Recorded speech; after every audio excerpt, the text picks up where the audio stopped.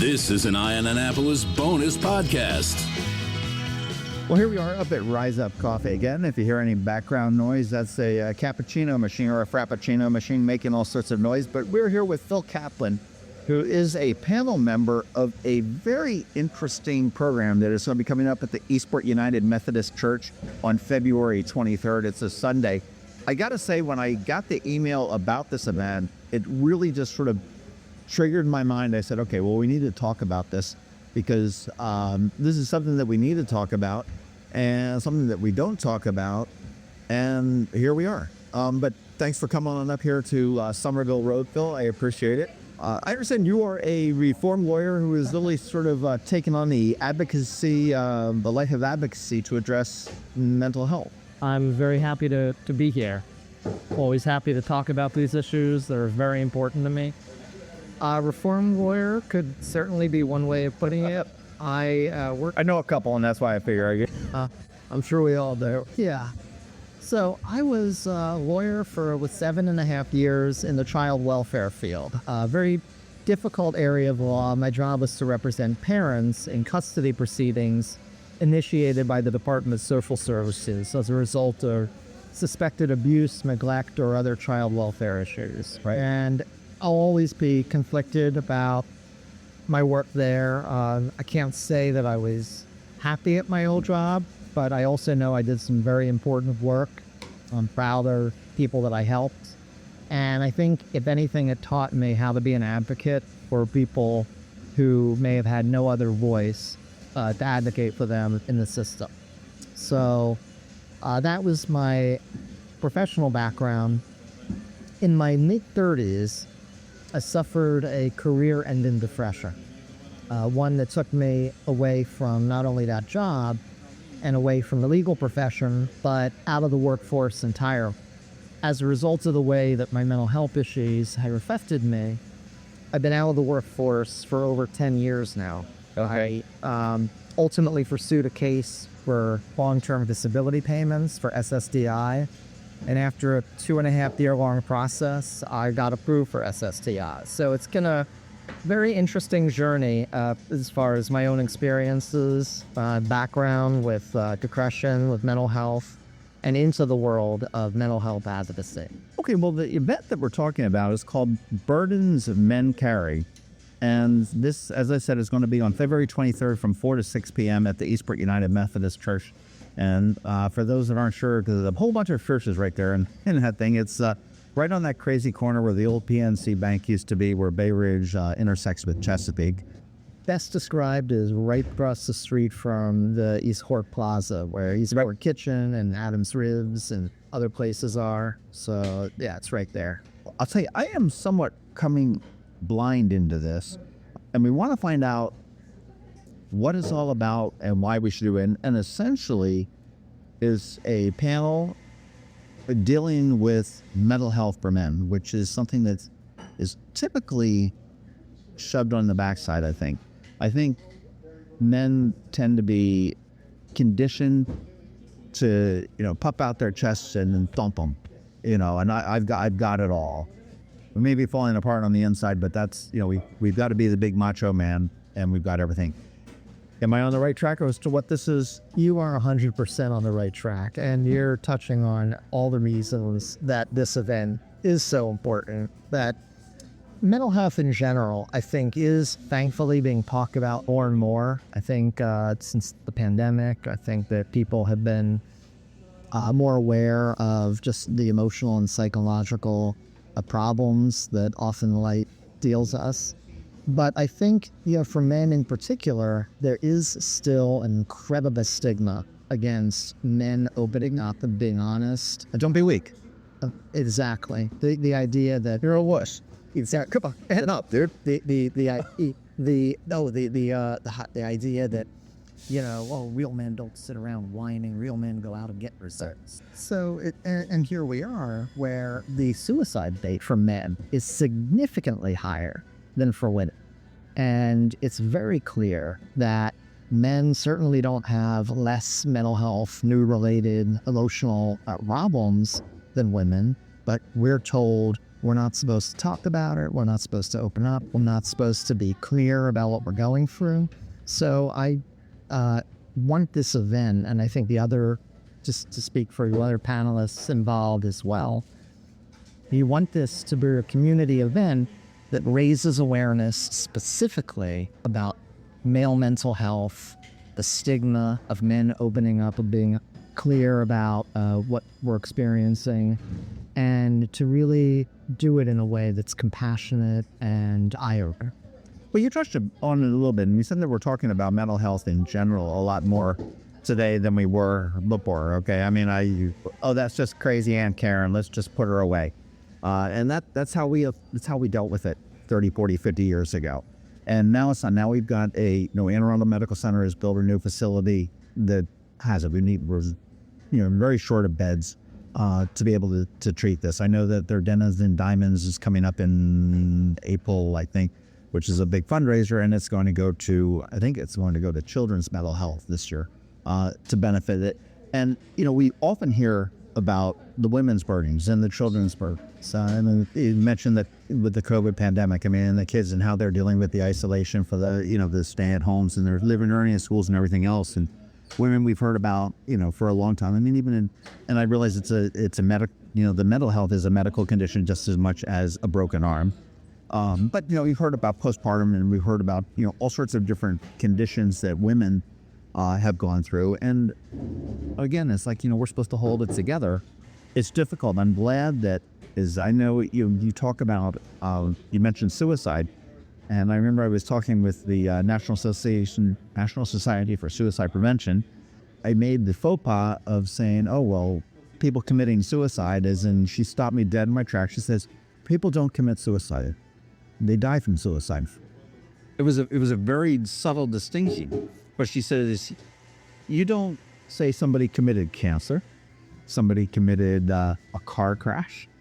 You say somebody died from a car crash, somebody died from cancer, somebody died from suicide. So, and that was something that I had no idea, and it really stuck on me. And now I find myself correcting my friends, and they said, no, that's not, because there's something that needs some treatment so we don't get to that point. And just, I didn't throw a statistic, but you just said it's so much higher for men, the suicide rate for men, than it is for women.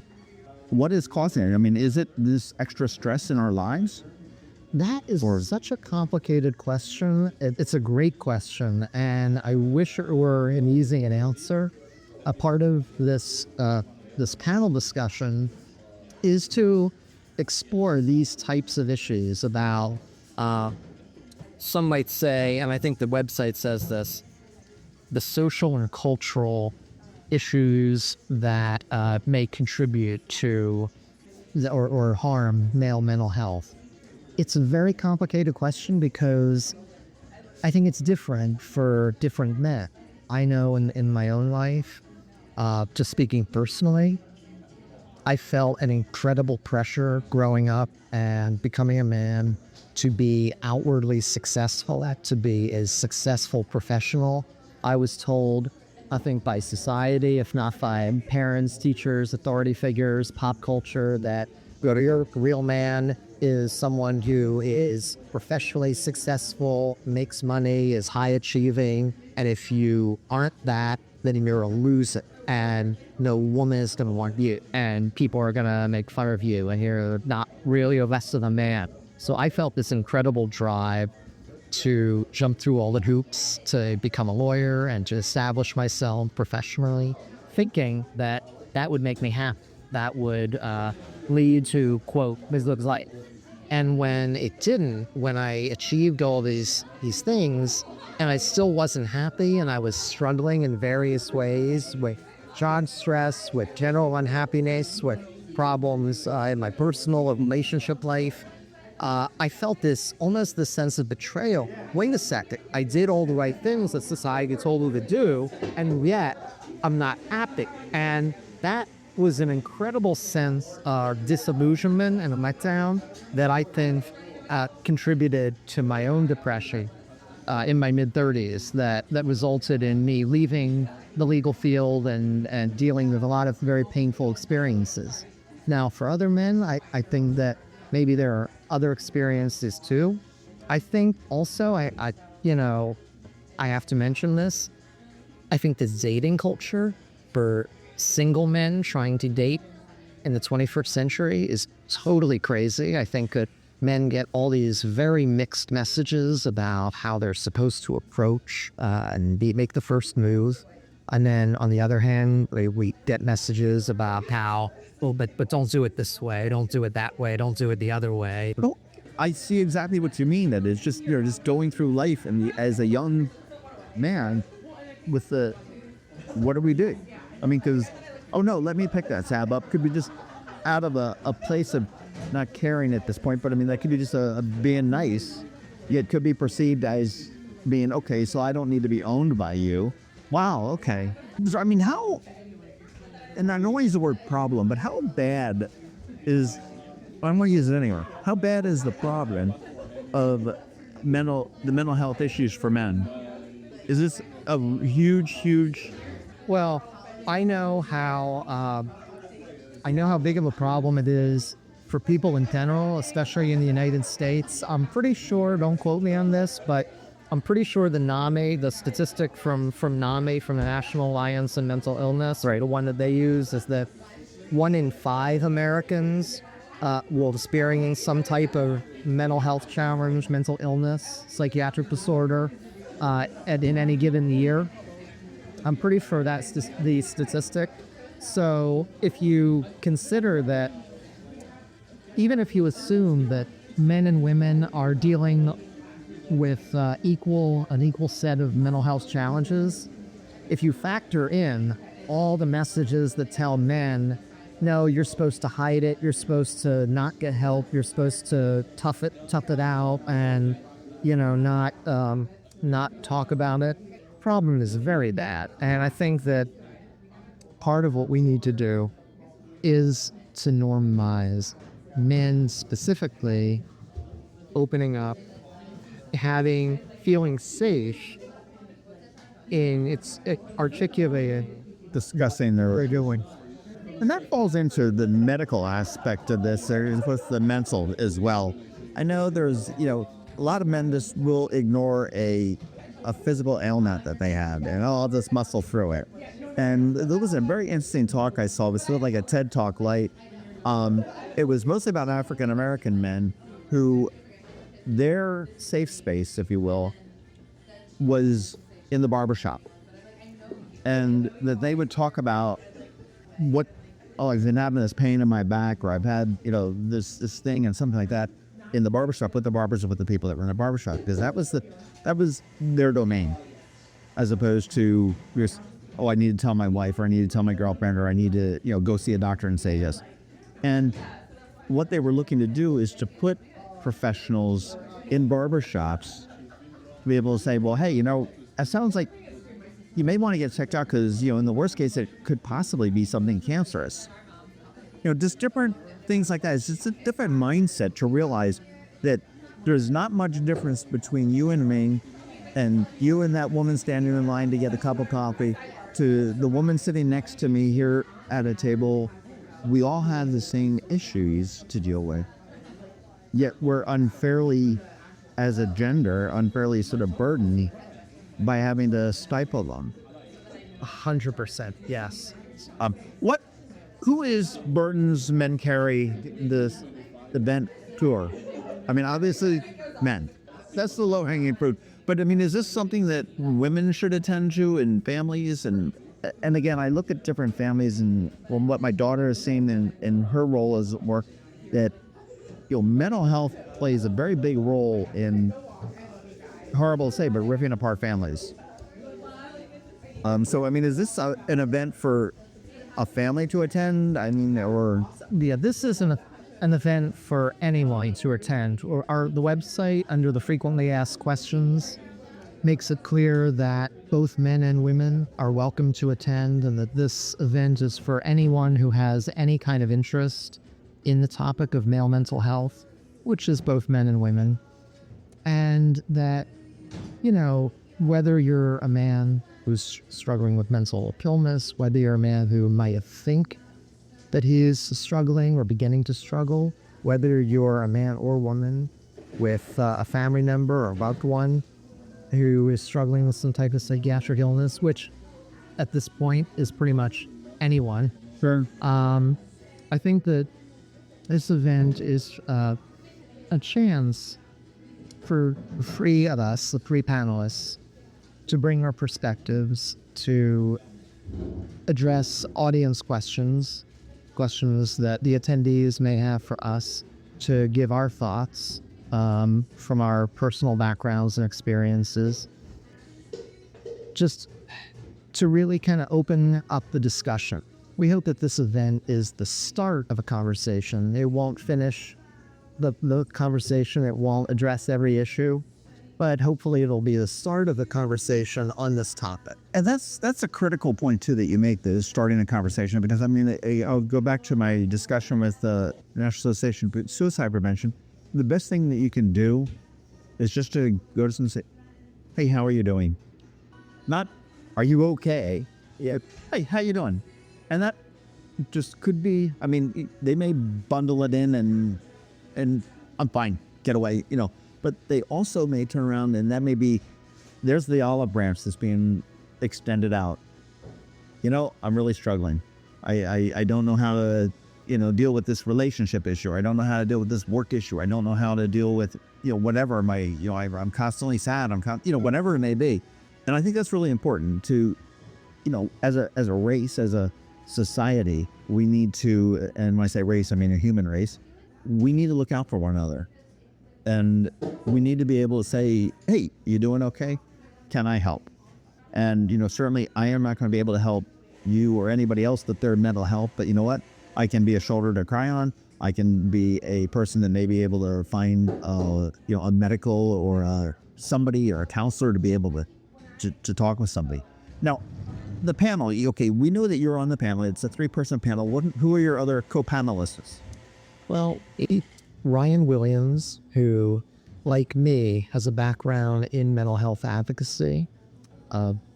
Ryan has also experienced his own mental health challenges, has done a lot of amazing work with NAMI and other mental health advocacy organizations.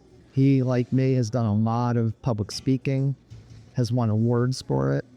So he offers his perspective as someone who's personally experienced it and who has been an example of a man who is willing to open up about these things, to take an active role in mental health advocacy and to public speaking and raising awareness.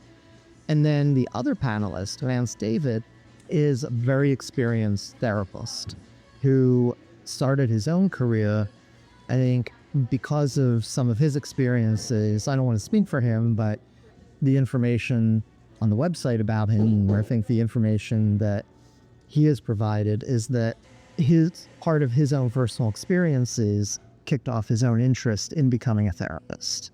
So he's done a lot of work as a counselor with men, with people in general. He has a long-standing professional interest, clinical interest in mental health, and he offers a more skilled, educated opinion on all these issues. And so the other two panelists and myself will be obviously coming from our own personal and professional backgrounds and perspectives, but we'll be offering our own thoughts, opinions, insights, and experiences on some of these very open-ended questions about male mental health. Yeah, I mean, nobody's coming out of Birdsman Carey with the blueprint to cure it. I wish. Yeah.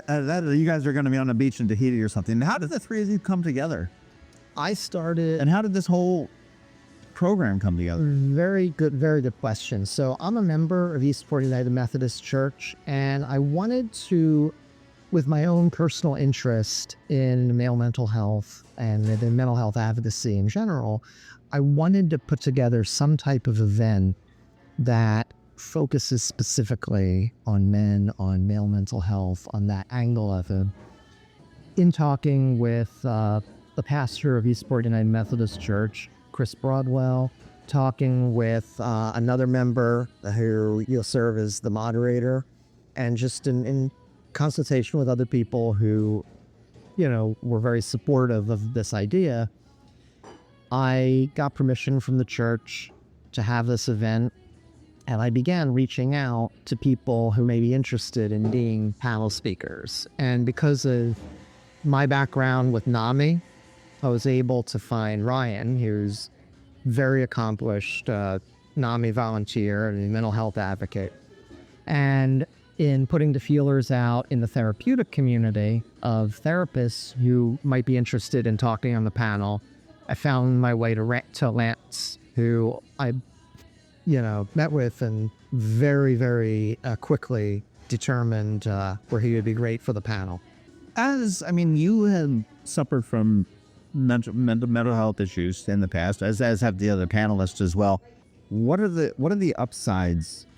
And I know there are upsides, but when you address your mental health, I think our listeners want to know what the upside is. It's like, okay, and it's not just you feel better; it extends. So, what do you see the results are? I guess when you address your mental health issues. That's an excellent question. I'm very glad you asked that, because I think that, unfortunately, a lot of people tend to oversimplify mental health and even mental health treatment. And maybe a lot of people imagine that it is or should be as simple as, you go to a therapist or you get treatment and that's it, and you get fixed, so to speak. Yeah. And that's the end of the story.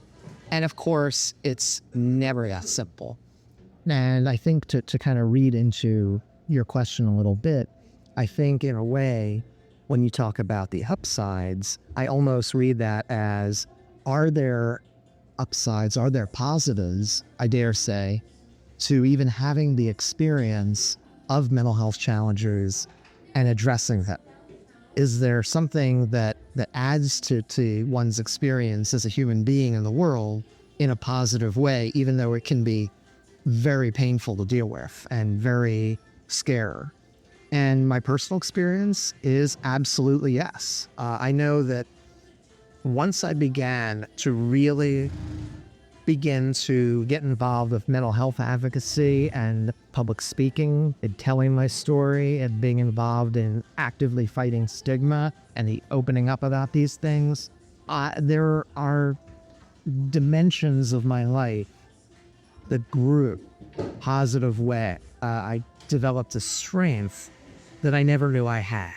Stigma can feel very scary. A sense of shame in dealing with these issues and having all these problems and not having the answers can make you feel very weak.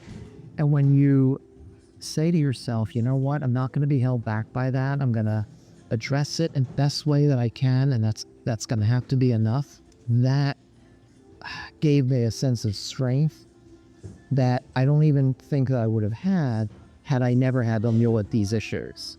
And in a sense, and I know this is somewhat cliche, but I think maybe it's cliche for a reason. People go through some of these terrible experiences with mental health or whatever. Yeah, often people say, it made me who I am. And it's cliche, but there's an element of truth to that me having gone through the experiences that I went through with depression, they're part of what made me who I am and gave me the strengths that I have, the personality that I have, including all the good stuff. So I look at that as a huge positive. In my advocacy work, one of the groups that I spoke to repeatedly were police cadets. I did a lot of work in my NAMI volunteering with crisis intervention training for local law enforcement. Sure. And so I'd be talking to groups of mostly male police officers and cadets. Think traditional old-fashioned macho tough guys.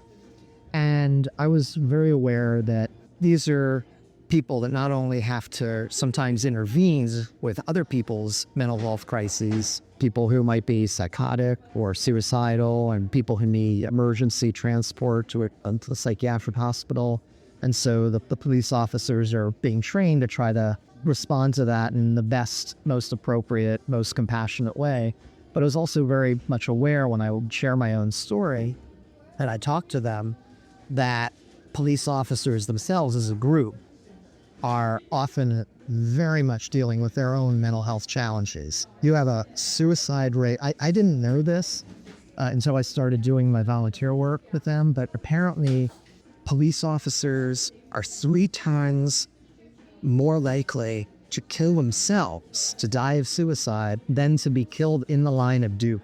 I knew that the suicide rate for police officers was bad. I had no idea it was that bad. So I imagine it's the same for military as well, or is up there as well. And you just think about what a cop will see in the course of the day. There was actually not far from your church last fall, there was a child that was run over and killed in Nautilus Point Apartments.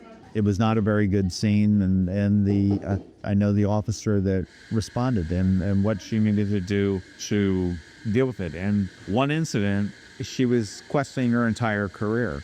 So that's not a surprise at all that you look at, first responders have to deal with that. And that's, again, been something that you're like, okay, well, that just goes with the job. There's a line that I would use sometimes when I would talk to police officers and police cadets in my advocacy work and sharing my story. And I'd sometimes say to them, the real heroes are the ones who ask for help. Because I wanted them to really understand that they are heroes, but being a hero doesn't necessarily mean you do it under hour.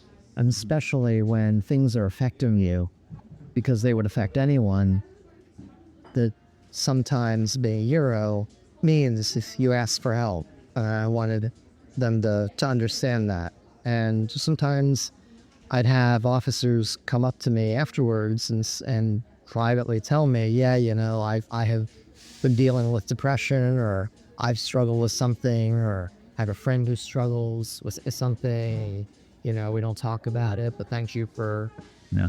Unfortunately, I think you're probably going to see a lot more of realization of the need for mental health conditioning or treatment in the older cops that have seen there, been that, and now they realize they've got it, as opposed to the younger ones that come in and says, well, got me my badge, I got me my gun and my uniform, I got the siren and the red lights, and I'm ready to conquer the world.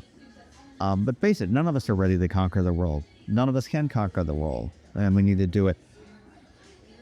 I've never heard of this type of a program before. Is this a larger than local thing? I mean, it seems to be that you three have pulled this together in conjunction with United Methodist Church to put this on. Is this larger than what we see here? This is the first of its kind. This panel discussion stands on its own, and we're going to be looking at what the response is, how many people come, what the feedback is, and determining whether it becomes something larger, what happens afterwards, what comes of it.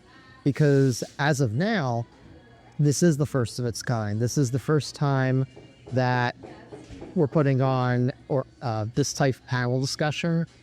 I'm not aware of anyone else or any other group that has done anything like this. So as far as the content, as far as the topic, I know there are other groups that try to address these issues, but I wanted specifically for there to be a panel discussion, for there to be a community event, so that there's the start of a conversation.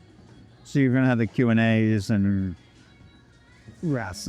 That's with the Q&A after the panel discussion, which is from 5 to 5:20. That the discussion itself, it'd be from 4 to 4:50. Then there's an intermission, and then afterwards from 5 to 5:20, the audience members will be encouraged to ask us whatever questions they have. All right, now here's a question. There's still a stigma, as much as wrong as it is, about mental health. I don't want people to know that I got crazy Aunt Karen with me. Whatever it may be.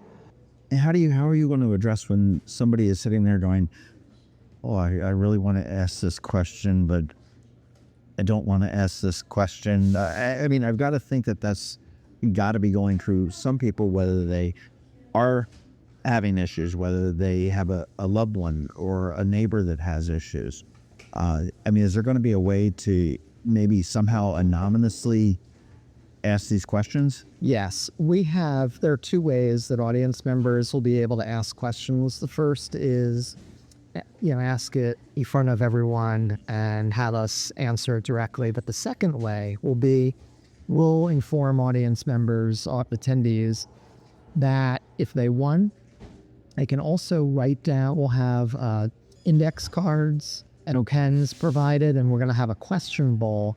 So during the intermission, if people have questions that they want answered, but they don't necessarily want to ask the question in front of everyone, they can write down the question on an index card with one of the pens provided and put the index card in a question. And the moderator will read it and throw it out to y'all. Yeah, and it can be a question for all of us. It could be a question for one particular panel member. But yeah, we wanted to make sure that the people have questions. We don't want them to be held back by any reluctance to ask the question from people. Some people aren't comfortable with that. We know that's okay. So we have the index card method as well.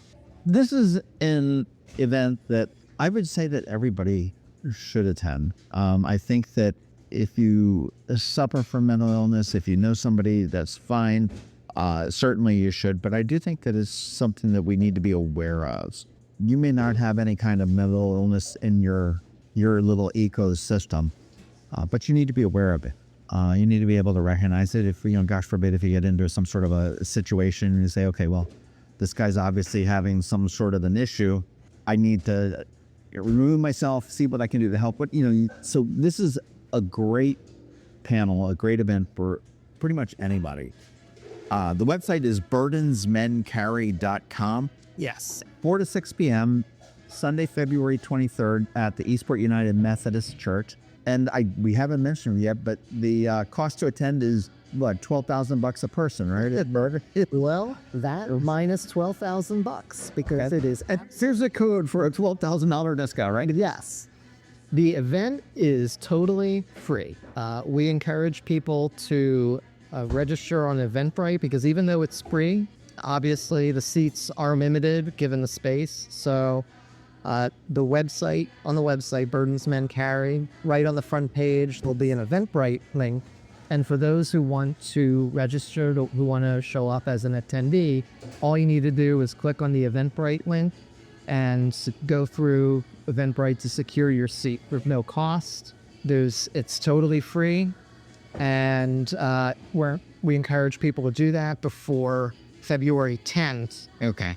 On February 10th, especially depending on the number of people to register, we're going to need to close down the event for space, and that'll be the deadline. Okay. So if people want to show up, people want to attend, we encourage them to go through the site, burdensmencarry.com, and click on the Eventbrite link. It's totally free, and to do so before February 10th. Awesome. Well, we'll have all those links in the show notes here. So if you're listening to this, look at the show notes, and we'll have links directly to the Eventbrite as well as burdensmencarry.com. And I, for one, hope that once this is done again on February 23rd, that you are going to be taking this to Baltimore, to Columbia, to Havre de Grace, to Montgomery County, to D.C., to wherever, because I think this is something that the time has come. We need to talk about it. We need to address it. We need to recognize it. It is an issue in our communities. Again, we're all one. We're all a human race. We need to look out for one another. And this will take us a long way there. But I want to thank you and your partners for putting this on. I think it's a conversation. I think there's going to be an awful lot of awkwardness on Sunday the 23rd. I think there's going to be a lot of uncomfortableness on the 23rd. And if there's not, you guys failed. I think that would be accurate. Yeah.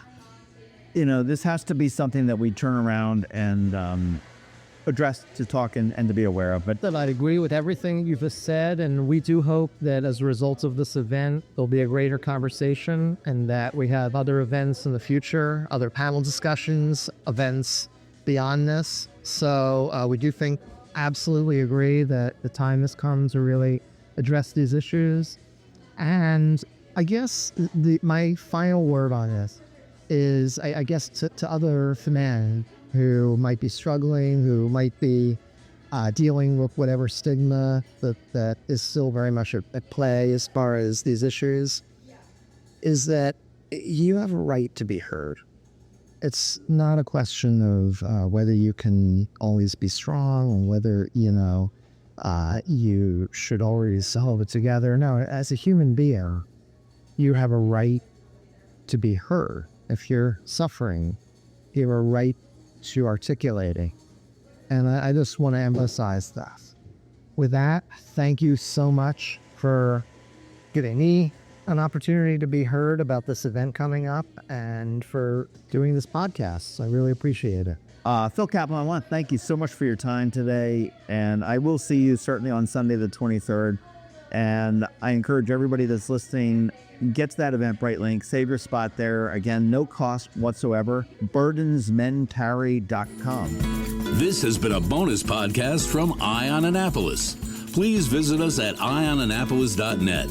Follow us on Facebook at All Annapolis and on Twitter at Ion Annapolis.